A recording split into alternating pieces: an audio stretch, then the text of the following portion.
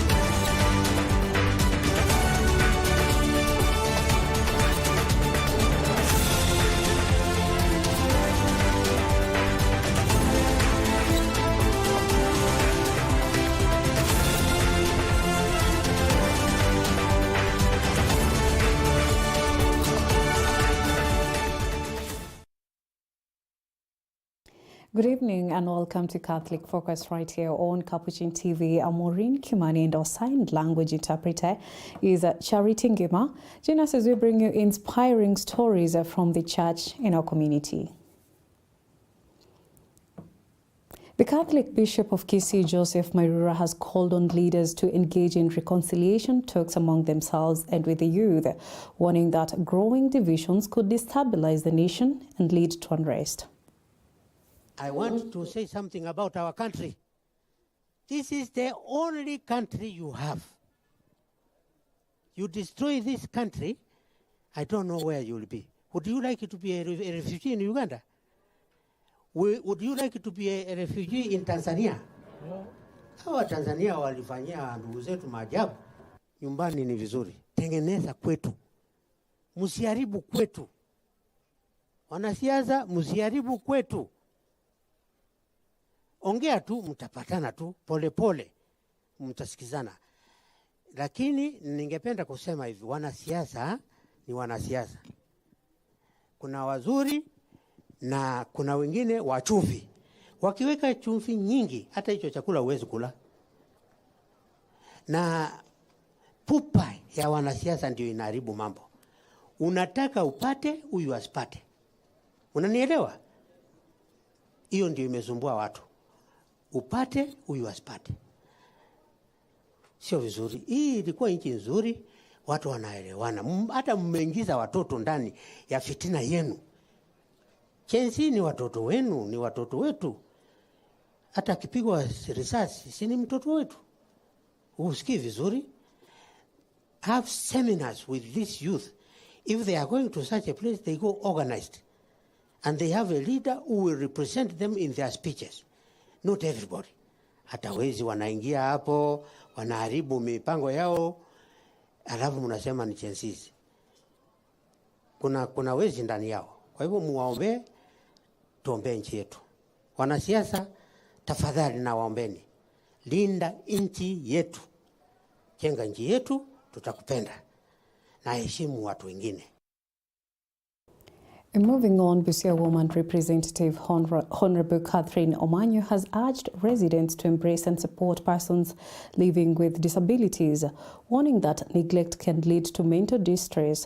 Speaking at Kopia Primary School in Teso North during the issuance of checks to women, youth and people with disabilities, Omanyo highlighted their talents and potential, calling for inclusive community support.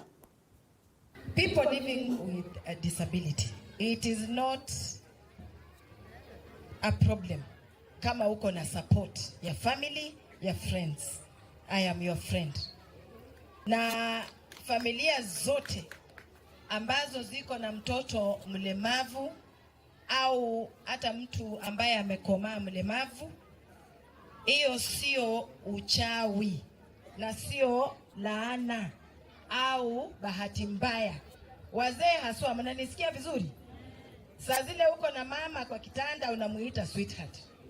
Akishazaa mtoto ana ulemavu unasema hii ni ya kwenu pepo. Umeleta laana kwa familia, sio laana. Siku hizi kuna chakula za GMO, chemicals mingi. Hizo family planning pills zinaweza leta acidity kwa womb ya mama, na kwa bahati mbaya mtoto azaliwe namna hivyo. Au stress ya kawaida, mama anapitia mengi sana, na akiwa mjamzito anaweza pata mtoto wa aina ile. Haimaanishi muachane, mudivorce au sasa iwe matusi ya kila siku. Let us support people living with disability. They are our best friends as well. Si ndio? Na muwapeleke pia shule hawa watoto. Usiseme huyu hana maana. Kuna watu ambao ni walemavu na wanacheza piano. Ni walemavu na wanacheza hiyo deck ya computer. Ni walemavu na wana let respect them and also build them. Na ndio niko part of the solution to build them. The recent spate of youth killings in the wake of protests across the country continues to stir public outrage. In Gatundu North, a family has laid to rest 29-year-old Bernard Mburu, who was allegedly shot dead by a police officer during the Sabasaba protest in Kangema. As the grief-stricken community gathered to bid farewell, their message to the government was clear: enough is enough, stop killings, and uphold the law, as Asha Elizabeth reports. Pain, anger, and unanswered questions. This was the mood in Moshakai village, Gatundu North, as the family and friends of 29-year-old Bernard Mburu gathered for his final send-off. The young man, a hard-working member of the community, was allegedly felled by a police bullet in Kangema, Murang'a County during the recent Sabasaba protests. An innocent life lost as he headed home from work. His death has sparked a wave of fury among parents and villagers who are now demanding an end to what they term as state-sponsored executions of youth engaged in peaceful protests. Naomba serikali yetu sasa iache kuua watu wengine, washike hawa vijana na youth iwapeleke kotini. Iache kuua. I think now is enough. Iache kuua because we have the courts. Tuko na koti. Wachika wa hawa watoto wapeleke kotini, wahukumiwe kulingana na sheria. Tuko na uchungu kwa mambo hii imetupata. Tuko na uchungu kabisa juu watoto wanatuacha wakiwa wachanga sana. Watoto tunawaangalia kesho yake ati ndio watatusaidia. Lakini sasa wanaenda wakiwa wachanga sana. Kwa hivyo tuko na uchungu na tungetaka waache kuua watoto wetu. Their plea is directed at the highest levels of leadership. The parents are condemning recent inflammatory statements from political leaders whom they accuse of inciting violence against protesting youth. Na tuko na uchungu sana kama wasasi. Kuona watoto wachanga wanakufa. Mtoto hana familia. Hiyo maisha yake imeishia hapo. Umezaa, umelea, umesomesa, wakati mtoto amesimama ndio na yeye aweze kujikimu kwa maisha yake, anakufa. Anakufa nini? Juu amezikwa na sasa ni mtoto mdogo. Sasa kutaenda aje juu ya hii serikali? Bado huyu mtoto alikuwa mdogo, hakuwa na familia. Tuko na uchungu sana, haki yake ipatikane. While decrying the systemic failure to address youth grievances ranging from unemployment to corruption, the parents say they have fulfilled their duty in raising responsible citizens. Now they challenge the government to create opportunities instead of silencing dissent. Nasikia uchungu kwa kuwa sisi wana Gen Z, ni sisi tunamalizwa. Sisi tunatokea barabarani kuitisha haki zetu. Hatuna ubaya na mtu yoyote. Bwana President, sisi tunataka tu utusikize tu. Hiyo ndo masilahi yetu uyatimize. Hiyo tu ndo ile kitu ambacho tunataka. For now, wakae chini na hawa watoto. Wasikise nini baya na wao, nini kama serikali imefanya vibaya, ili hawa watoto waache kuwa busy. Naomba watoto hawa watengenezewe industries, empowerment, wawe busy ili waache kudemonstrate. Bernard Mburu is now a statistic in a troubling trend that has seen dozens of young lives cut short in protests. But to his community, he was more than a number. He was a son, a brother, and a symbol of a broken promise.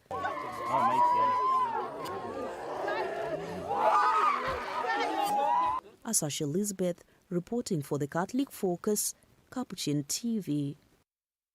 May the soul of Bernard Mburu continue to rest in peace. Away from that, health officials in Kakamega County are on high alert after 3 people tested positive for Mpox in Chekalini, Lugari sub-county. The county government is urging residents to remain vigilant and seek immediate medical attention if they notice any symptoms. We are providing treatment and supportive care to the families and, of course, the victims. That is ongoing at Lumakanda Sub-County Hospital.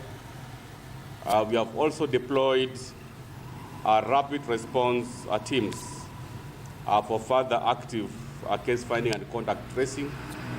As I said, this is a contagious disease, so our teams are on the ground, whom we have given personal protective equipment because, again, we have to take care of the mitigation. We have deployed our public health professionals who are carrying out robust health education and risk communication campaigns which have been launched in Lugari and other sub-counties. In addition to that, we have also made sure that we establish a multi-agency team which is maintaining meetings with all the sub-county people. What I want to assure the public is we have upscaled our surveillance and contact tracing across the county. At the same time, we have also expanded the isolation capacity at the Kakamega County Referral Hospital, at the Lumakanda Sub-County Hospital in Lugari, and the Chekalini Isolation Center. Leaders at the Madeira Vocational Training Center have called for urgent action to address youth challenges, with Principal David Gathega announcing plans to support drug addicts through skills training.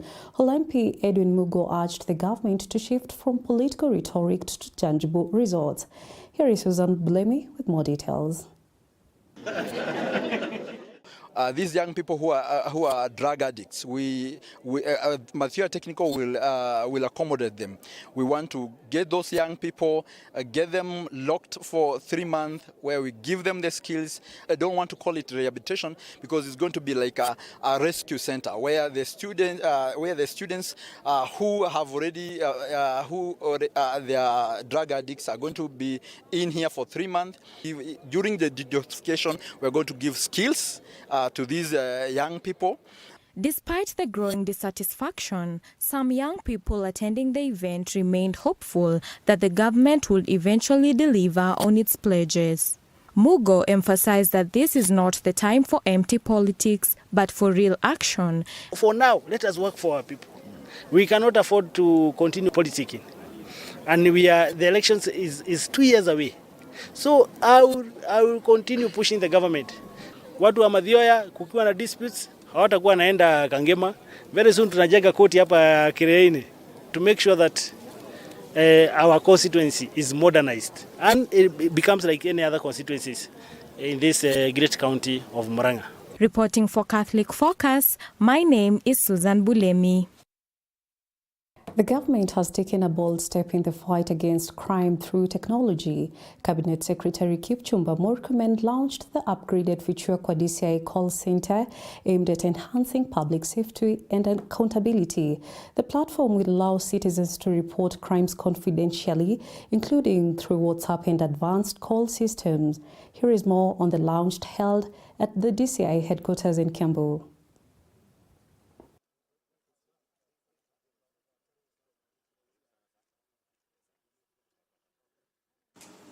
Yes, ladies and gentlemen. You know, sometimes when you read newspapers and stories out there, there's a lot of innuendos and propaganda that this DCI is a hidden place and there could be rogue officers here. As you can see, all these officers have been introduced openly. We know their names. We know what they do. And this is an institution that is of the people. It's not for us. You know, a few people still live in the past where they think that police officers are, operating in isolation. Unfortunately, for those who think so, it's no longer possible to do so because the Constitution itself talks about transparency and accountability on the part of the National Police Service.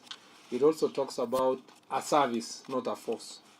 And therefore, thank you for supporting us on this, because Fichua kwa DCI is one of the mechanisms of creating greater transparency, but also ownership of the people of Kenya to take charge of their National Police Service.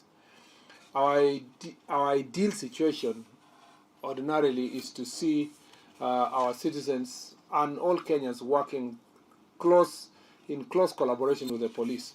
Of course, there are some few cases where people are not as cooperative as it should be, but also there are cases that have happened on both sides, even on our side of police officers, that have created suspicion on the part of the citizens and created fear and a gap between us. I extend profound appreciation to the Cabinet Secretary for Interior and National Administration, Honorable Kipchumba Murkomen, for his relentless pursuit of excellence in policing, steadfast support, and unwavering commitment to driving police reforms. His invaluable policy guidance to my office has been instrumental in shaping the progressive direction of the National Police Service. Fichua kwa DCI encourages anonymous reporting, which with this upgrade has become more accessible than ever.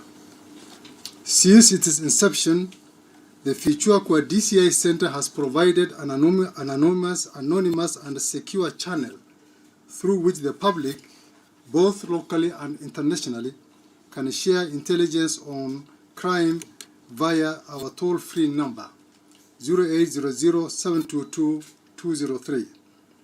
With the upgraded system, sir, we are proud to announce that the public can now share information confidentially through WhatsApp at 0709-570-000. This enhancement not only improves accessibility, but also aligns with our goal of adapting to rapid technological advancements in our crime-fighting methods and strategies. And we hope that this upgrade will empower the public to speak out confidentially and confidently, to enhance transparency, promote proactive investigations, and strengthen Kenyans' national security through early interventions. We hope that the additional features provided through the upgrade, including the WhatsApp system, case management and real-time tracking, will make the system even more effective, even more quick in solving crime and bringing criminals to justice, bringing more positive responses to reports from citizens. That's all we had for this edition of Catholic Focus. Thank you for watching. Maureen Kimani and our sign language interpreter has been Charity Ngima. Until next time, stay informed with Capuchin TV and may God bless you. We'll leave you with a video in honor of today's feast of Saint Bridget of Sweden mystic, founder of the Bridgetness and one of Europe's patron saints. Today, 23rd of July 2025, we celebrate the optional memorial of St. Bridget of Sweden. St. Bridget of Sweden was born in 1303 into a noble and deeply religious family. Her father, Birger Persson, was a wealthy landowner and judge of Uppland. Influenced by her devout parents and an aunt after her mother's death, Bridget showed strong religious devotion from the age of 7. At 13, she married Ulf Gudmarsson. Their happy and virtuous marriage produced 8 children, including St. Catherine of Sweden. Bridget became well known for her piety and charity and was connected to several notable theologians. Between 1341 and 1343, Bridget and her husband made a pilgrimage to Santiago de Compostela. Ulf died in 1344, shortly after their return. Bridget then embraced a life of asceticism and claimed to receive mystical visions, which she recorded and shared widely. In 1346, she founded the Order of the Most Holy Saviour, also known as the Brigittines, with its main monastery at Valdestena. She moved to Rome in 1349 to gain papal approval for her order and promote moral reform. Pope Urban V approved the order in 1370. Bridget remained in Rome, making a pilgrimage to Holy Land in 1373 before dying on 23rd July 1373. She was first buried in Rome and later transferred to Valdestena. She was canonized on 7th October 1391 by Pope Boniface IX, with her sainthood confirmed by the Council of Constance in 1415. In 1999, Pope John Paul II declared her one of the 6 patrons of Europe, and the others including Saint Benedict, Saint Cyril and Methodius, Saint Catherine of Siena, and Saint Edith Stein. Saint Bridget, pray for us.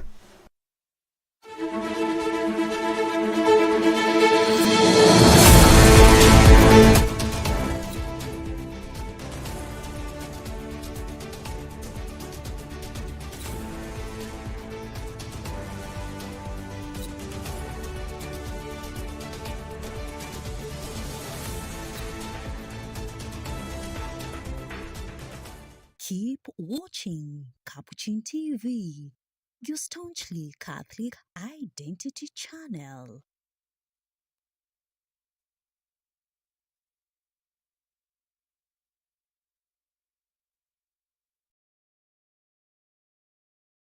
You are watching Capuchin TV. For any complaints, comments, or compliments on our programming, you can either write to us on info@capuchintv.co.ke or you can call us directly on 0717 424 866. Your complaint shall be addressed within 7 days. Remember to keep a copy of your communication with us. Keep watching Capuchin TV, your Catholic identity.